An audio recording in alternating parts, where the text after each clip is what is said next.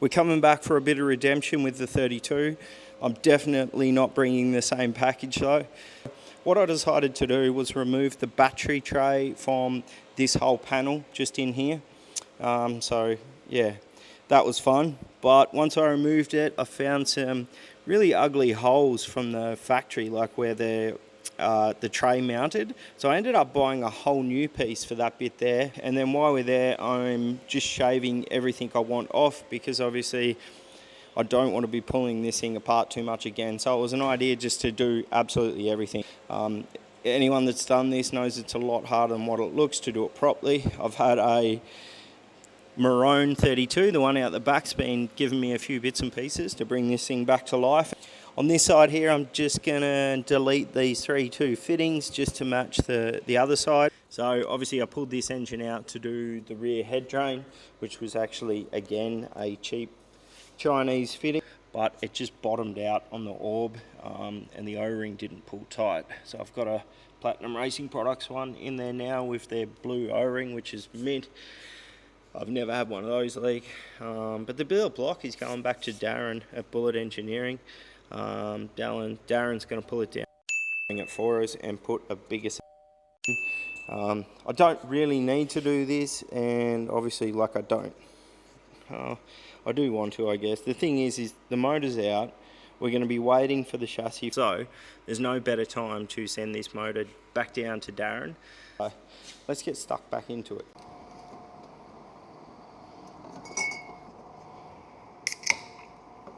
Block looks an absolute $1,000,000. Just give it a quick wipe over with some WD-40. Stuff is the best.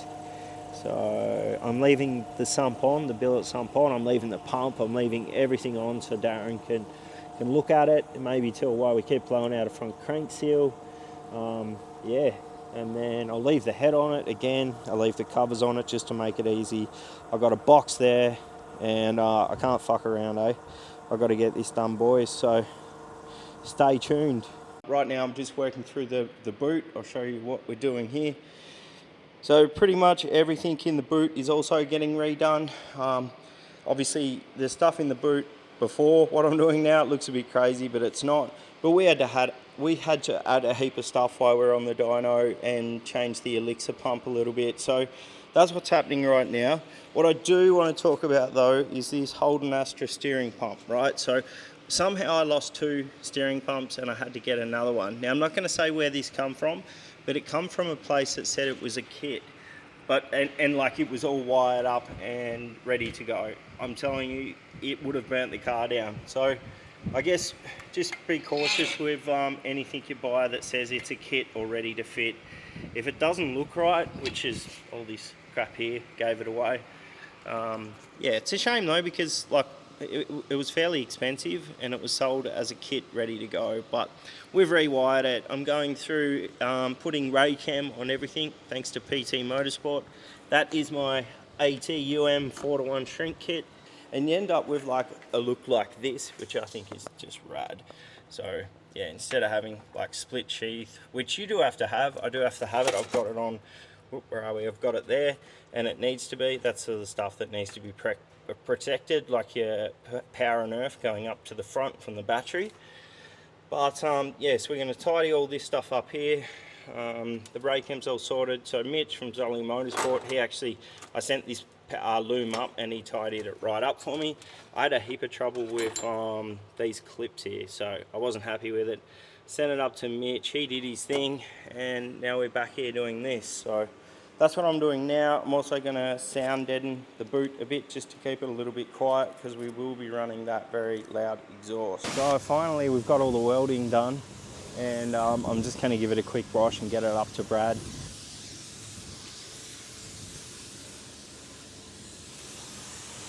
Chances are you're going to be over the top with your detailing like me. So there's heaps of tips you can go through, but I'm going to give you my top 2 right now. When you're doing carpet or vacuuming or cleaning up, obviously I have GTR floor mats, but underneath the floor mats you get all this fluff, and it looks absolutely terrible, and it happens on brand new cars. It's just where it gets rubbed. But an awesome little trick I seen a few years ago, you just get an old shaver, not one that you shave your balls in. You don't want to catch anything.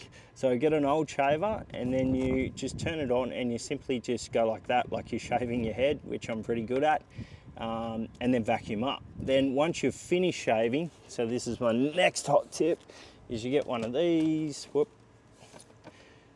Tip number 2, most families or most people have these. They're so good if you're into fitness or whatever and you get sore as hell muscles. So you turn it on, whoop, like that. Now, if you can see all the little bits and pieces coming up out of the carpet. As you do that, you just vacuum, and trust me, you're gonna get your carpet much cleaner. The 400R Tribute car is actually 80% finished. So it's just the last hard stuff that we got to get through. Bushers and bearings, so we've got the transmission, cross member, new polyurethane bushers to go in, and we've got factory Nissan hardware for it. There's a few little things we have to do, like find the tail shaft. We've got to put the exhaust back in it. We've got to finish off bolting the diff back up. It's sitting in there, it just needs to be bolted up. We've got to rerun our fuel lines. There's a couple of bits and pieces I weren't over the top happy with the fuel lines. As you can see them hanging down there. You've got to tick off these boxes one at a time. And one of them is actually the external oil pump that we're running on this RB package. So we have already the pan modified. So that pan has got a piece that sits across the bottom of the sump, just off it, and it's got a mesh on the bottom and covered on the top. So that's our oil pickup tube. So we've got it nice and low. We've also got the Tomei baffles inside the sump here, just to keep that oil as stable as we can here through this pickup. So what I've found is this is an excellent little kit that you can do. You just block off the old oil pump just with an empty pump case. That's all we did here for this one. So it's just an oil blank off plate with all the bits and pieces ripped out of it, and then we just fit that on. There is billet ones you can get, but for a build like this, it actually looks cool because it looks like it's got the factory oil pump just sitting up in there. Got to run the pickup from here to the inlet of the pressure pump. Now, the good thing about this car is I'm not running an oil cooler. I'm going to see how it goes without it. If we start getting any sort of high oil temps, of course, we'll just throw one on. Whereas we've just got to go sump to pump, pump to oil filter to engine. Nice and easy. So I'm actually going to use just AN fittings to make that line. I'll probably do it in a -16 or a -12. Thought I'd just jump to the fuel line. So I'm going to change it to some -6 hard line I have. I'm just going to run it from there forward and then back up probably to the tank, or even just back up to here. But it's easy to work with that stuff, and I'll show you right now. So we're going to start off by doing the supply line off the back of the filter here. So you just sort of push a hard line up in. This is just alloy -6 hard line, and sort of unroll it to the shape of the floor. And then you can see there, we're going to bend it up and just hook it back up here somewhere.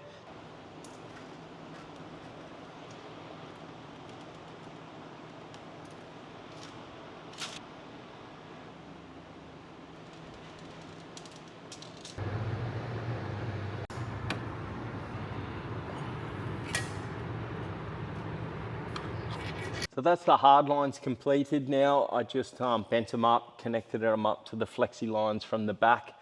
So it looks much better with hard lines underneath it, and much safer too. So I've just got to hook up the return line once I work out the lengths under the dash. We've got a nice fuel filter in there, and yeah, that's done. Moving on to the next job.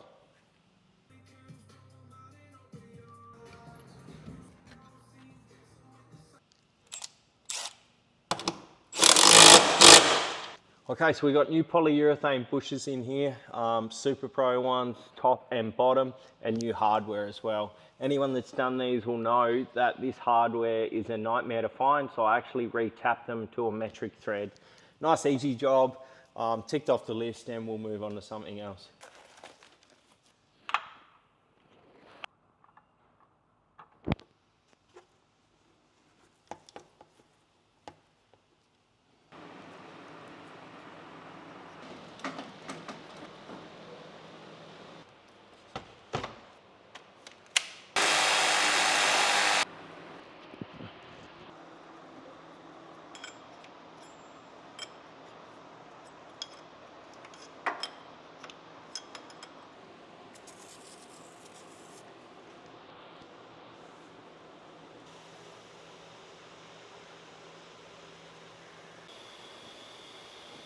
Another job down, tick it off. So this engine here, as you know, runs HKS Vcam. It's step 2, which is 50 degrees, that's an insane amount of timing when you think about it. So it's really going to wake this little 2-point up with the larger frame twin turbos. It's going to be good. And we've also got the HKS exhaust cam to match. So yeah, it's going to be interesting. It'll be a good one for the guys that just want to build street cars to see how this package goes. But I went off on a rant there, but what I'm getting at is with HKS Vcam, you actually have on the inside, there's an actual crank, a cam position sensor for your camshafts, right? So normally we have it here out the front, and then we need another one for the crank. So because we've got Vcam, we don't need to run a trigger there and a trigger at the front. We get away with blocking this off and just having the one for the Vcam. Now that's the cam trigger sorted out.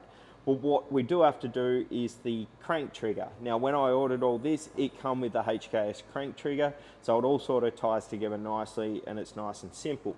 So when I was talking with Wiring Specialties, we told them that we were running HKS Vcam, and they wired all this in, especially for us, so all we had to do was hook it up to the crank trigger.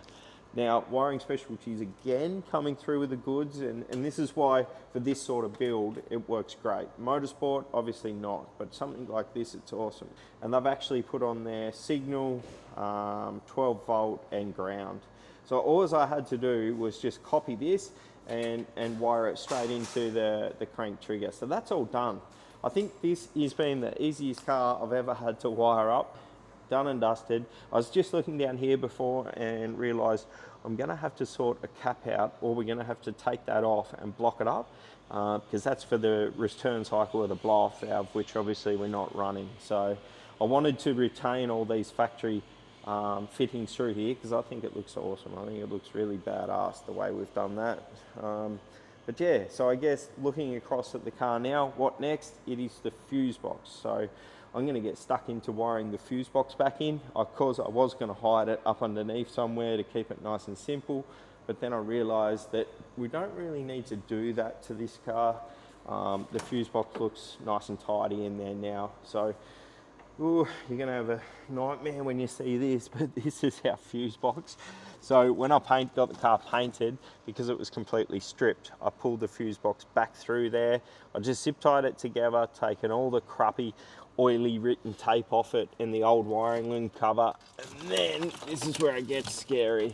So let's have a look at this. Look at that. Look at that.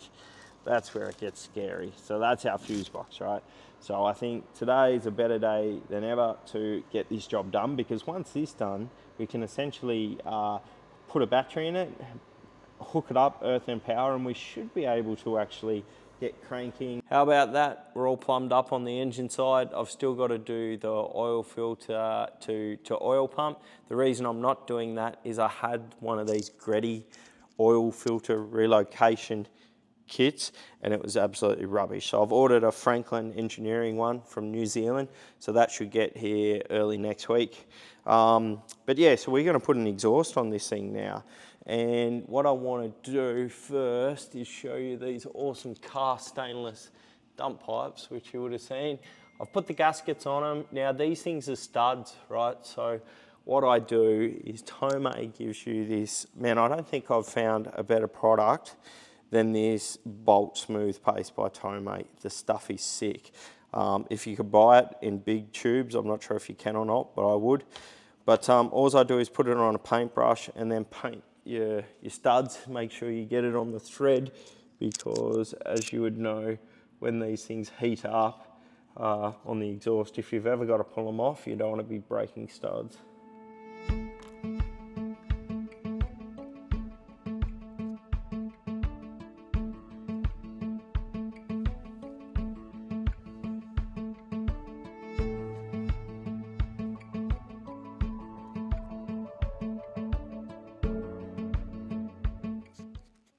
That actually fitted perfect, just like HKS normally do. Oh, where are we? Yeah, so the front pipe's done. Obviously, this is not something I would use on a 600-700 horsepower, or where are we? 600-700 horsepower car, But I'm actually quite surprised on how good that front pipe is. When you've got twins, you need to get as much air back out and past those turbos as possible. And I think this is fucking probably one of the best ways to do it. Look at that, that's a cool shot. Tomei catalytic converter. This is one of those high flow catalytic converters that it's going on the 400R Tribute car. Dude, I think these are $100. Exhaust is on the 33, and I tell you, for a bolt-up kit, this thing is pretty banging. Actually, it's mint. It's really good. But so this is a JASMA, JASMA approved exhaust, so it's not loud. If you're after a loud, obnoxious exhaust, this is not it.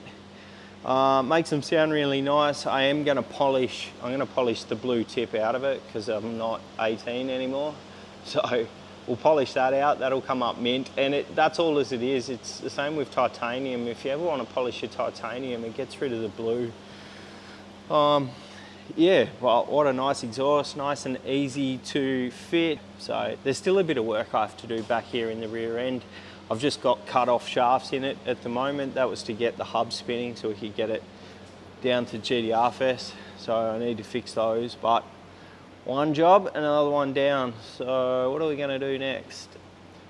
Probably the tail. Let's get the tail shaft up in. Let's just do the shitty jobs. Actually, fuck that, I hate tail shafts.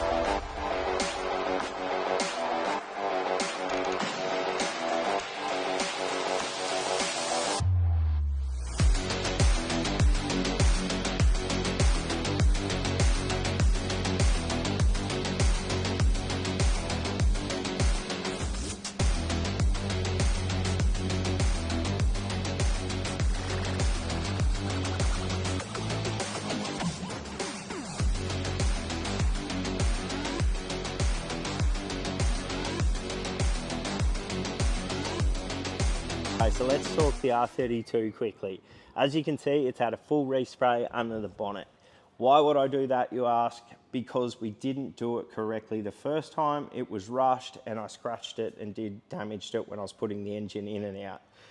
So it was time to redo everything, and that's exactly what we did. First things first, we're gonna put the dry sump in the car. So this is a Peterson dry sump. It's only a small one, but it sits up the front and it doesn't give any issues.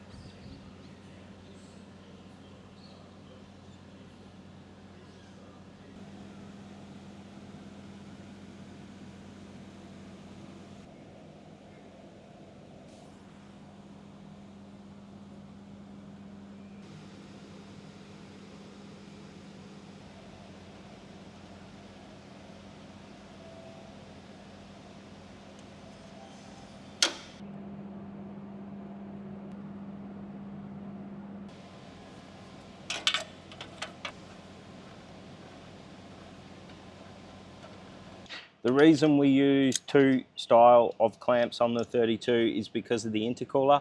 So this is Plasma Man's big boy intercooler. I think it's like 5-inch or something silly. So because it comes with billet end caps, it's actually got the Plasma Man ferrule already welded on it.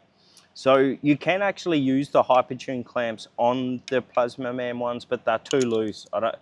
They're actually quite loose. I think people have used them and have had no issues at all, but for the sake of two clamps, we just run Plasma Man ones on each end of the intercooler. Then we go back to our Hypertune style ones.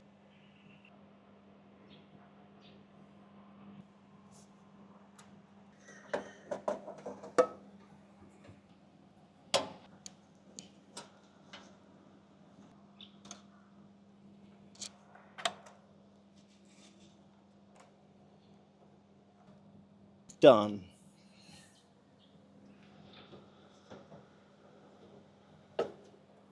Nice.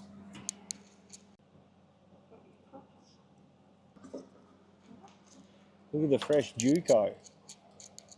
Alrighty. So now, this will be the test of which clamp is better, because I'm now going to a Hypertune bad boy.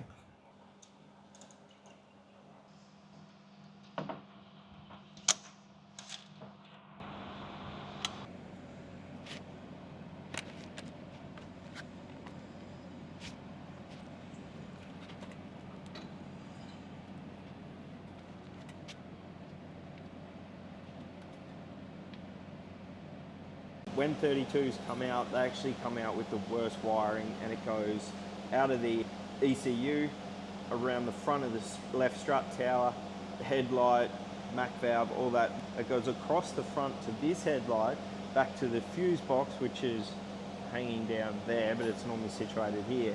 And then they've got stuff from the main plug and the dash and the instrument cluster back to here. So there's this stupid massive loop of all this wiring. So I've already deleted all that years ago, and it's now got motorsport loom for the engine. And then I trimmed all this stuff up here and taped it up. So I've spent an hour this morning on the wax and grease remover and managed to tidy it up quite nicely. And then I'm just going to put it in a nice cloth sheath, and a lot of this will be deleted even more, and it's really only the headlight stuff that I need. So I'm just going to quickly put a sheath on it, zip tie it all up, get it around the front of the car. Last night I finished all the intake stuff. As you can see, I went right ahead and did the whole lot. And so far so good in this area. This is the area that I want to keep clean. I don't want any parts or anything sitting here. Oof, have a look at this wiring loom now. All done in Vcam. Even got the horn ready to be hooked back up. I just got to tidy this up by getting it up under the rad support. Nearly done the wiring loom, and I'll show you what I did. I've wrapped it in the Vcam heat shrink, an old factory cable holder. I've put there to hold the loom up out of the way. As it goes up under there, I did have to bore a hole with a hole saw through there to keep the wiring sort of out of the headlights way. It used to sort of run up through here and in front or behind the headlight there, and it looked terrible because you could see all this wiring. So now that'll get tucked in away. And then if you get these, which are sick, it's just they're a genuine item. Whoop, try and show it properly. Yeah, so that's a genuine item from Nissan that the 32s come out with, and it just goes directly over the back of the lamp like that, and it looks awesome. That's the last thing I've got to do is just wire in the sensors, indicator, and our ducted headlight. That's all we have for in this episode on Nori Factory. The 32 is pretty much ready. I've just got to put the bumper on it, and we're waiting for an engine. The 33, I've got everything there. It's just getting time on it. There might be a chance that we will make Rocky Nats. There'll be no testing. It'll be engine in the car before the day. That's a very what if at the moment. So stay tuned. Thanks for watching. Bye.